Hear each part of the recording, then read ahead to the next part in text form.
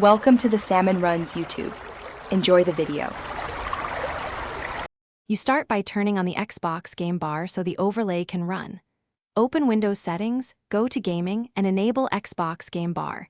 This grants the overlay permission to appear. Once done, press Windows plus G to open the dashboard. You'll see widgets available.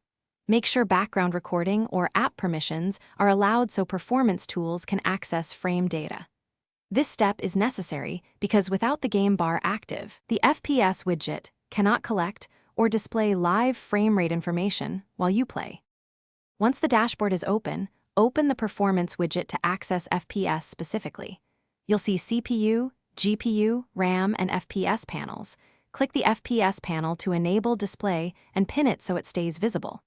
Make sure to customize which metrics are shown and drag the overlay to a non-obstructive corner of your screen. Doing this lets you monitor frame rate without reopening the dashboard. You can also lock or resize the widget for readability, which helps when you switch to your game immediately after configuring it. Finally, test it in your game. Launch the game and confirm the FPS counter is visible in the corner you chose. If it doesn't appear, switch the game to borderless or windowed mode because some exclusive full-screen titles block overlays. Once done, make sure your GPU drivers and Windows updates are current. Outdated drivers can prevent the widget from reading frame data.